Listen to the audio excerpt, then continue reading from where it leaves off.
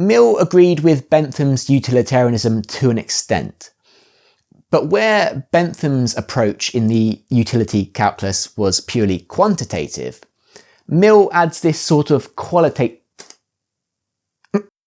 Mill makes a qualitative distinction between the higher pleasures of thought, feeling, imagination and morality versus the lower pleasures that can be felt by animals, such as the pleasures of eating and sex. So where Bentham saw all pleasures as equally valuable, a purely quantitative approach, Mill introduces this qualitative distinction and says that some pleasures are better or more morally valuable than others.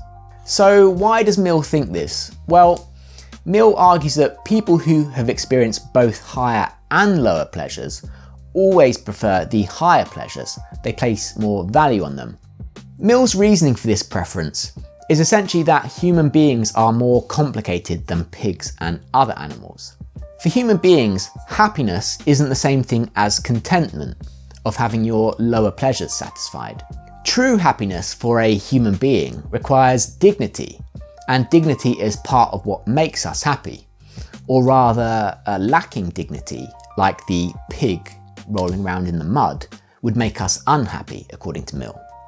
The pig doesn't even understand what dignity is. It can't appreciate this higher pleasure, but if it could, it would no longer be satisfied rolling around in the mud.